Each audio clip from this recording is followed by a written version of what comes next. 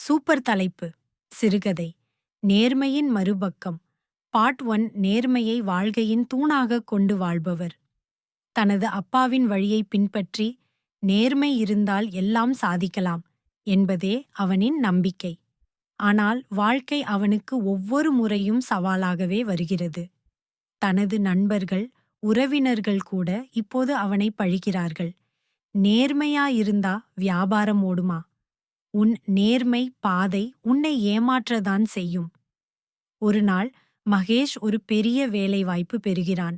ஒரு தனியார் நிறுவனத்துக்கு பக்கே வாடிக்கையாளர் தேவையான வழக்கமான சப்ளை ஒப்பந்தம். ஆனால் ஒரே ஒரு நிபந்தனை. தனக்கு கமிஷன் கொடுக்க வேண்டும். மகேஷின் உள்ளம் குலுங்குகிறது. நான் இந்த ஒப்பந்தத்தை ஏற்றுக்கொண்டால் என் தொழில் வளர்ந்துவிடும். ஆனால் நான் என் உயிர் போல மதிக்கிற நேர்மையை இழந்து விடுவேனோ?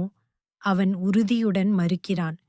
இல்லை சார், என் பணம் நேர்மையாக சம்பாதிக்க வேண்டியதுதான். அவன் அவ்வளவுதான் சொன்னான். ஆனால் பிறகு வரும் விளைவுகள் அவனை சோதிக்க ஆரம்பிக்கின்றன. நேர்மைக்கு என் வாழ்க்கையில் இடமிருக்காதா? அந்த இரவு அவனுக்கு கனவில் ஒரு காட்சி.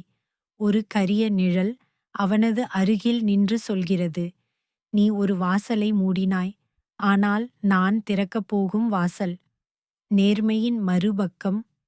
அதில் நீ உண்மையான வெற்றியை காணப்போகிறாய். தொடரும்.